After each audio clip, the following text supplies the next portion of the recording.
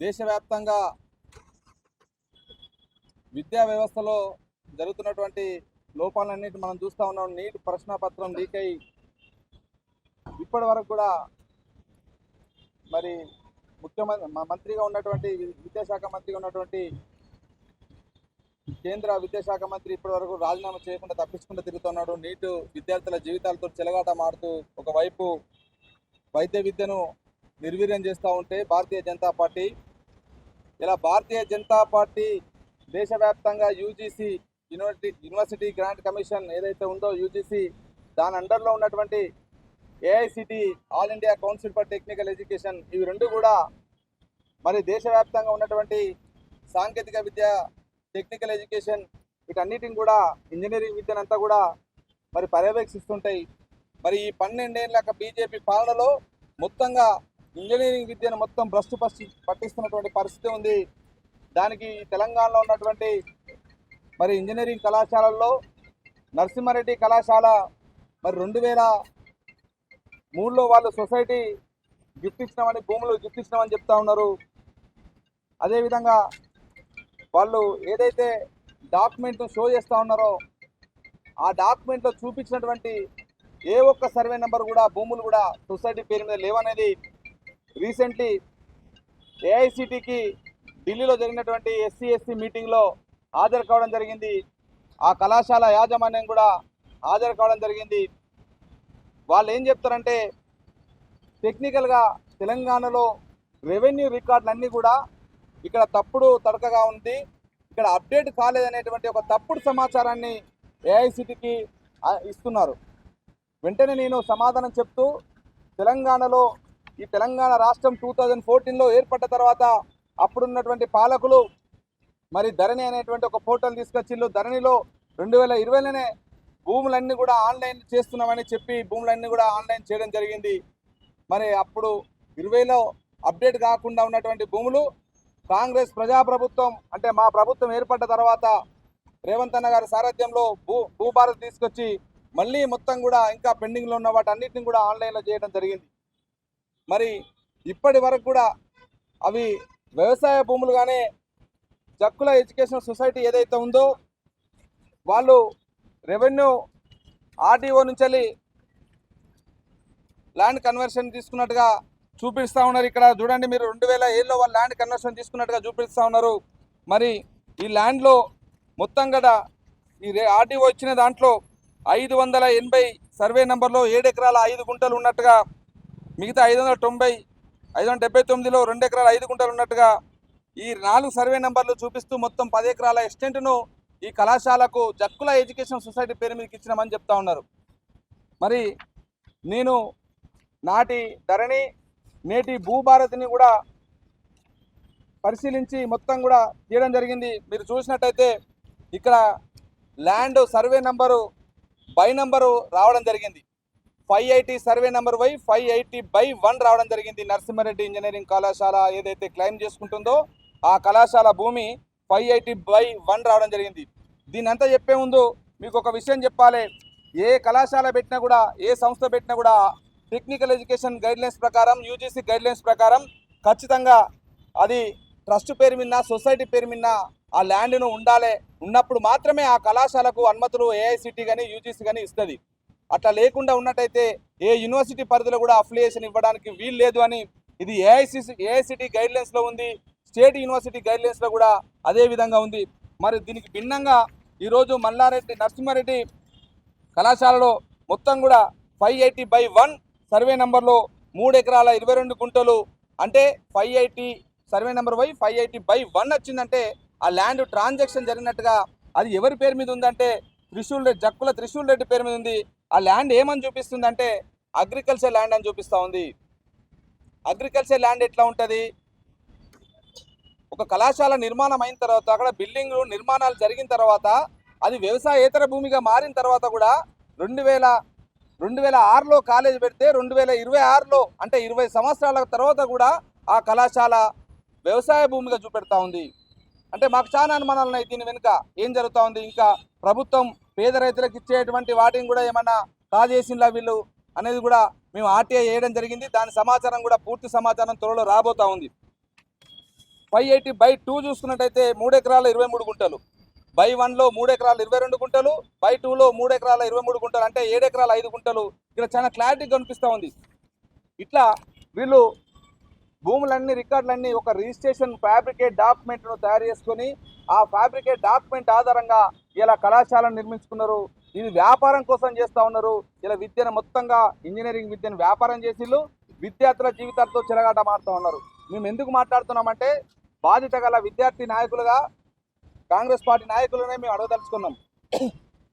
ఎందుకంటే వీళ్ళు మొత్తం కూడా వ్యవస్థల్ని మేనేజ్ చేసేసి వీళ్ళు ఇష్టారీతిగా అనుమతులు తెచ్చుకొని కళాశాలను వ్యాపారం కోణంలో నడిపితే రేపు భవిష్యత్తులో మరి వీళ్ళ మధ్యన వివాదాలు తలెత్తి ఈ భూముల పంపకాలలో అమ్మకాలు కొనుగోలు జరిగి వివాదాలు తలెత్తితే వ్యక్తిగత పేర్ల మీద ఉన్నటువంటి భూములు అమ్ముకొని పోతే రేపు ఆ కళాశాలలో చదువుతున్నటువంటి విద్యార్థుల భవిష్యత్తు ఏం కావాలి, ఆ కళాశాలలో చదువుతున్నటువంటి విద్యార్థుల భవిష్యత్తు ఏం కావాలనేది ఇలా కళాశాల యాజమాన్యం సమాధానం చెప్పాల్సిన అవసరం ఉంది. కళాశాల యాజమాన్యం హైయర్ ఎడ్యుకేషన్ అదేవిధంగా జేఎన్టీయూను ఇక్కడ రాష్ట్ర ప్రభుత్వాన్ని తప్పుదోవ పట్టించింది. ఆ భూములలో బిల్డింగ్లు కడతారు, ఆ బిల్డింగ్లకు అప్రూవల్స్ ఎట్లా వచ్చినాయి, నాలా కన్వెన్షన్ కాకుండా ఎట్లా మీరు బిల్డింగ్ నిర్మించిళ్ళు, రాష్ట్ర ప్రభుత్వానికి కట్టాల్సినటువంటి పన్నులు మీరు కట్టడం లేదా, ఎగవేస్తున్నారా, దీన్ని బట్టి అర్థమవుతా ఉంది.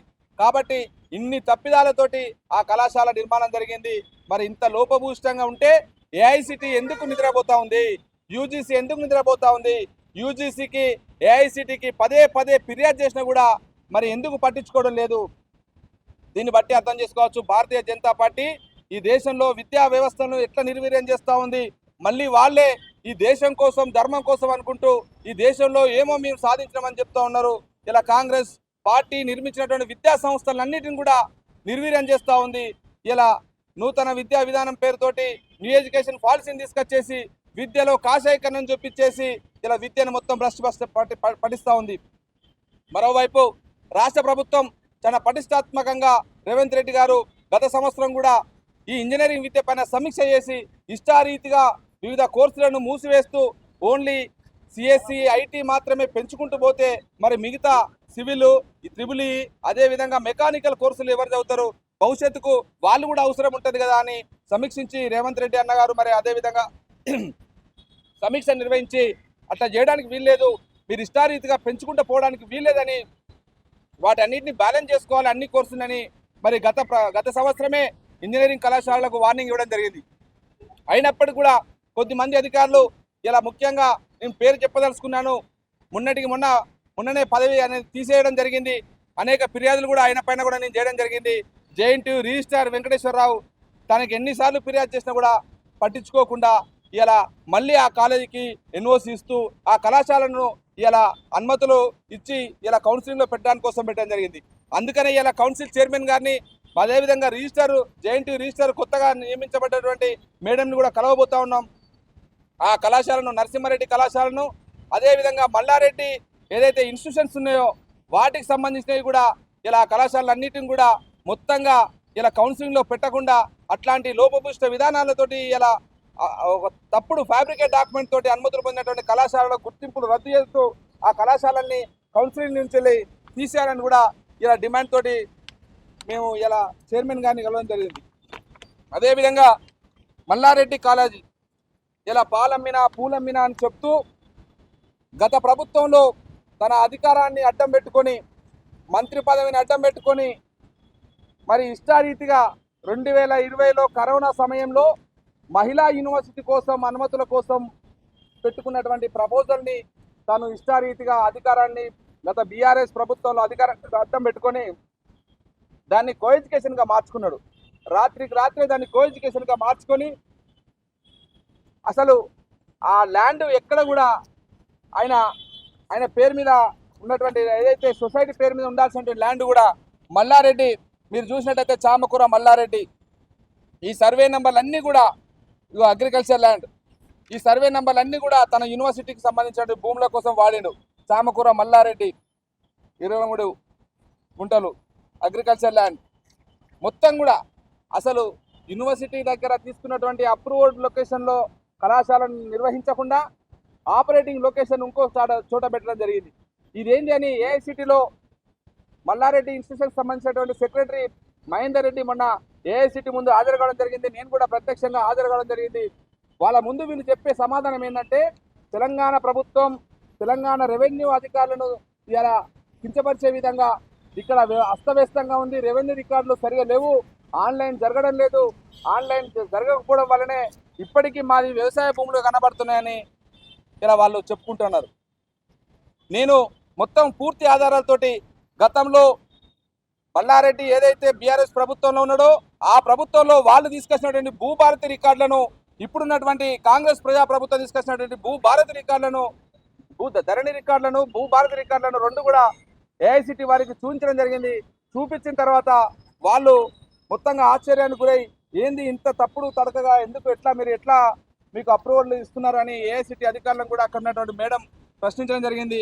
వీళ్ళు పూర్తి డాక్యుమెంట్ ఇవ్వకుండా ఏఐసిటీకి హైడ్ చేస్తూ వస్తున్నారని నేను చెప్పడంతో పూర్తి డాక్యుమెంట్ 3 వారాల లోపల నాకు సబ్మిట్ చేయాలని ఇలా ఏఐసిటీ మల్లారెడ్డి ఇన్స్టిట్యూషన్స్కి వార్నింగ్ ఇవ్వడం జరిగింది. ఈ 2 వారాల లోపల ఆ పూర్తి డాక్యుమెంట్ రావడం జరుగుతుంది.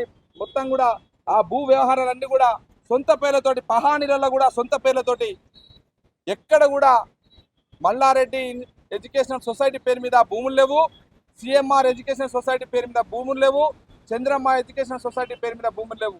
సొసైటీ పేరు మీద ఉండాల్సినటువంటి భూములన్నీ కూడా వ్యక్తిగతంగా భూములుగా పెట్టుకొని ఇలా నాటకాలు ఆడుతూ గత ప్రభుత్వాన్ని అధికారాన్ని అడ్డం పెట్టుకొని ఇష్టారీతిన కాలేజీ నెలకొల్పుకొని ఇలా ఏఐని ఉపయోగించుకొని ఆయన కళాశాలలో ఏదో జరుగుతున్నట్టుగా, అద్భుతాలు జరుగుతున్నట్టుగా, ఆయన మాత్రమే విద్యను ఇక్కడ అందిస్తున్నట్టుగా ఇలా పేద మధ్యతరగతి విద్యార్థుల, రైతుల, తల్లిదండ్రుల రక్తం చెమటను తాగుతున్నటువంటి మల్లారెడ్డి ఇలా కోట్లకు పడిగెత్తి ఇలా ఇష్టారీతిగా వ్యవస్థల్ని మేనేజ్ చేసుకుంటూ నన్ను ఎవరు ఏం చేయలేరనే రీతిగా వ్యవహరిస్తున్నటువంటి తీరును ఇలా రాష్ట్ర ప్రభుత్వం దృష్టి కూడా ముఖ్యమంత్రి రేవంత్ అన్న గారు మరి తన ప్రతిష్టాత్మకంగా ఇలా విద్య మీద దృష్టి పెట్టడం జరిగింది. ఈ రోజే ఆరుట్లలో మరి ఒక మోడల్ స్కూల్ని, తెలంగాణ మోడల్ స్కూల్ని కూడా ఇలా ప్రారంభోత్సవం చేస్తూ ఇలా ఉన్నత విద్య నుంచి ప్రాథమిక విద్య వరకు ఇలా ప్రతి సామాన్యునికి విద్య అందాలని, అందరికీ సమాన విద్య అందాలనేటువంటి లక్ష్యం కొద్దీ రాష్ట్ర ప్రభుత్వం పోతా ఉంటే గత ప్రభుత్వంలో అధికారాన్ని అడ్డం పెట్టుకొని ఇష్టారీతిగా ప్రైవేటు యూనివర్సిటీ నిర్మించుకొని గొర్రెల మందల్లా ఇక్కడ లక్షల ఫీజులు దోసుకుంటూ ఇలా గొర్రెల మందల నిర్వహిస్తున్నటువంటి, అంటే మొత్తం కూడా నామ్స్ ప్రకారం, యూజీసీ నామ్స్ ప్రకారం, ఏఐసిటీ నామ్స్ ప్రకారం లేకుండా మరి కళాశాల నిర్వహిస్తున్నారని నేను ఫిర్యాదు చేస్తే ఈయన ఏం చేస్తూ ఉన్నాడు, బీజేపీ నాయకులను ప్రసన్నం చేసుకోవడానికి కోసం బీజేపీ ఆఫీసులో చుట్టూ తిరుగుతూ ఉన్నాడు. ఏంటిది, ఈ దేశంలో ఒకటి జరుగుతూ ఉంది. ఎవడైతే అవినీతి పడి ఉంటాడో, ఎవడైతే దోపిడీదారు ఉంటాడో ఆ దోపిడీదారు మీద ఇలా బీజేపీ కన్నుపడ్డప్పుడు వాడు అందులో చేరిపోయి వాషింగ్ పౌడర్ నిర్మా అందులో బీజేపీ కండవ కప్పుకుంటే అతని అవినీతి అంతా కూడా, అతని దోపిడీ అంతా కూడా మాఫ్ అయిపోతున్న రీతిగా ఇలా మళ్ళీ బీజేపీలో చేరుతా అనేటువంటి రీతిగా తయారైంది. నా ఫిర్యాదులకు భయపడి ఇలా బీజేపీ ఆఫీసుల చుట్టూ ఇలా పరిగెడుతున్నటువంటి మల్లారెడ్డి, నీ తప్పులను ఒప్పుకొని నువ్వు చేసినటువంటి మోసాలు, ఇప్పటి వరకు ప్రభుత్వానికి, రాష్ట్ర ప్రభుత్వానికి ఎగ్గొట్టినటువంటి పన్నులు, నీ కళాశాలను మొత్తం కూడా ప్రభుత్వం హ్యాండ్ ఓవర్ చేసుకునే రాక మా పోరాటం కొనసాగుతుంది. ఖచ్చితంగా నువ్వు పేద ప్రజల, సామాన్య మధ్యతరగతి ప్రజల రక్త మాంసాలను తాగి ఇలా కోట్లకు పడగెత్తి ఇలా విద్యా వ్యాపారంలో మిగతా చిన్న చితక విద్యా సంస్థలన్నిటిని నిర్వీర్యం చేసేసి నేనే మొత్తం విద్యాధినేతను అనే రీతిగా దేశవ్యాప్తంగా విద్యా సంస్థలు పెడుతున్నానని ఇలా గొప్పలు చెప్పుకుంటున్నాడు మల్లారెడ్డి. అసలు నీ కళాశాల డాక్యుమెంట్లో నువ్వు చెప్పినటువంటి సర్వే నంబరు ఎక్కడ నీ సొసైటీ పేరు ఉందో ముందు బహిరంగంగా చెప్పు. నీ భూములు ఎక్కడ, అసలు నీ ఎలక్షన్ అఫిడవిట్లనే నీ భూములను చూంచుకోలేదు. నీ పేరు మీద స్వతహాగా చామకూర మల్లారెడ్డి పేరు మీద ఉన్నటువంటి ఇలా కాలేజ్ పేర్ల మీద ఉన్నటువంటి భూమి, కాలేజ్ సొసైటీ పేర్లు ఉండాల్సినటువంటి భూమి ఇలా వ్యక్తిగతంగా మల్లారెడ్డి పేరు మీద, మల్లారెడ్డి కొడుకు మహేందర్ రెడ్డి పేరు మీద, అదేవిధంగా మల్లారెడ్డి ఇంకో కొడుకు భద్రారెడ్డి పేరు మీద, వాళ్ళ కోడలు శాలిని రెడ్డి పేరు మీద వ్యక్తిగత భూములుగా, అవి వ్యవసాయ భూములుగా ఎట్లా ఉంటాయి? కాబట్టి ఏఐసిటీ ఏం చేస్తూ ఉంది, యూజీసీ ఏం చేస్తూ ఉంది? దేశవ్యాప్తంగా భారతీయ జనతా పార్టీ నాయకులు మాట్లాడతారు కదా, మరి ఈ దొంగ మల్లారెడ్డి గురించి కిషన్ రెడ్డి ఏం చెప్తాడు, బండి సంజయ్ ఏం చెప్తాడు, మరి ఇక్కడ రాష్ట్రంలో ఉన్నటువంటి కేంద్ర మంత్రులు ఇద్దరున్నారు, అదేవిధంగా ఎంపీలు ఉన్నారు. మీ కేంద్ర ప్రభుత్వంతో మాట్లాడి ఇంత లోపభూష్టంగా ఇలా విద్యా సంస్థలు నెలకొల్పి ఇలా నాణ్యత లేని విద్య అందిస్తున్నటువంటి మల్లారెడ్డి పైన మీ పార్లమెంట్ సభ్యులు, బీజేపీ పార్లమెంట్ సభ్యులు మీ ప్రభుత్వం మీద ఎందుకు ఒత్తిడి చేయట్లేదు? మీకు కనబడడం లేదా ఇవన్నీ అని ఈ సందర్భంగా ప్రశ్నిస్తూ ఉన్నాను. కాబట్టి ఇలా చైర్మన్ గారిని కలవడం జరిగింది. రేపు జరగబోయేటువంటి కౌన్సిల్లో ఏదైతే కౌన్సిలింగ్ ఉంటుందో విద్యార్థులకు సంబంధించి దాంట్లో కూడా విద్యార్థులకు తల్లిదండ్రులకు కూడా అప్పీల్ చేస్తూ ఉన్నాను. ఇట్లాంటి తప్పుడు ధృవపత్ర పత్రాలతోటి అనుమతులు పొంది నిర్వహిస్తున్నటువంటి మల్లారెడ్డి విద్యా సంస్థలు, నరసింహారెడ్డి విద్యా సంస్థలు, మరొక 2 సొసైటీలు కూడా అదే విధానాలతోటి ఉన్నాయి. త్వరలో వాటి బండారం కూడా ఆర్టీఐ ద్వారా వేయడం జరిగింది. వాటి బండారం కూడా బయట పెట్టబోతా ఉన్నాను. అవి కూడా పూర్తి సమాచారం వస్తుంది. మల్లారెడ్డికి సంబంధించినటువంటి మొత్తం పెద్ద ఎత్తున జరిగినటువంటి ఫ్రాడ్ ఏదైతే ఉందో ఆ ఫ్రాడ్ త్వరలోనే మేము కోర్టుకి ఇడ్చబోతా ఉన్నాము. ఆ కోర్టులో మీకు త్వరలోనే మీరు వార్త చూడబోతారు. ఇంకొక వారం లోపల మనకు సమాచారం రాగానే దాన్ని కోర్టులో మీరు చూడబోతారు. ఏం జరుగుతుంది, ఆయన చేసిన అవినీతి ఏంది, అధికారాన్ని అడ్డం పెట్టుకొని ఏ రకంగా బీఆర్ఎస్ పార్టీ నాటకాలు ఆడింది, ఈయన అవినీతి ఇట్లా ఉంటే ఇంకెంతమంది ఇట్లా అవినీతి పనులు తిమింగలాలు ఉన్నాయనేది మొత్తం కూడా బయట పెట్టబోతా ఉన్నాం. కాబట్టి ఎట్టి పరిస్థితుల్లో ఉపేక్షించేలేదు. ఇట్లాంటి అవినీతి పనులను బండారం బయట పెట్టాలనే ఉద్దేశం కొద్దీ ఈరోజు కౌన్సిల్ చైర్మన్ గారిని, రిజిస్టర్ గారిని కలవడం జరుగుతూ ఉంది. త్వరలోనే కోర్టును ఆశ్రయిస్తూ ఉన్నాం. మరి ఈ పూర్తి డాక్యుమెంట్ అంతా కూడా మేము ఇప్పటికే హైయర్ ఎడ్యుకేషన్ కౌన్సిల్ చైర్మన్ గారికి, గత జేఎన్టీయూ రిజిస్టర్ వెంకటేశ్వరరావు గారికి, అదేవిధంగా కమిషనర్ గారికి, టెక్నికల్ ఎడ్యుకేషన్ కమిషనర్ గారికి, దేవసేన గారికి కూడా ఇవ్వడం జరిగింది.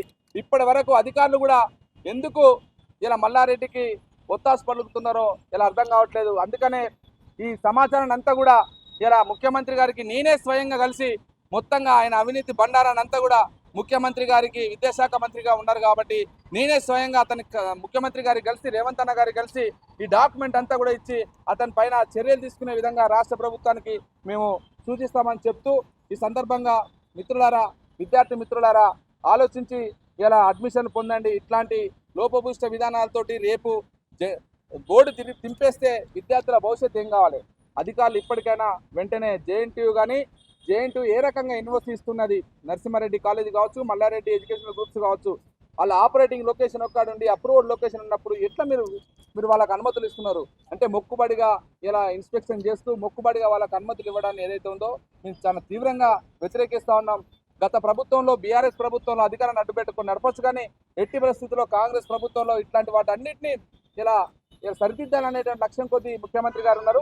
ఆ ముఖ్యమంత్రి గారికి, రేవంత్ అన్న గారికి స్వయంగా మేమే కలిసి ఈ మొత్తం డాక్యుమెంట్ అంతా కూడా ముఖ్యమంత్రి గారికి సమర్పిస్తాం. అప్పుడు తెలుస్తుంది అధికారుల సంగతి, ఎందుకు మీరు ఇంత అలసత్వంతో ఉన్నారో మొత్తం కూడా మీ బండారం అంతా కూడా బయట పెడతామని చెప్తూ, ఇప్పటికైనా అధికారులు వెంటనే స్పందించి ఆ కళాశాల యాజమాన్యాల మీద నరసింహారెడ్డి, మల్లారెడ్డి అండ్ గ్రూప్స్, ఇంకా మరో 2 సొసైటీలు కూడా త్వరలో రాబోతున్నాయి. వాటిని కూడా మొత్తం కూడా వాటన్నిటిపైన చర్యలు తీసుకోవాలని సందర్భంగా డిమాండ్ చేస్తూ ఉన్నాం.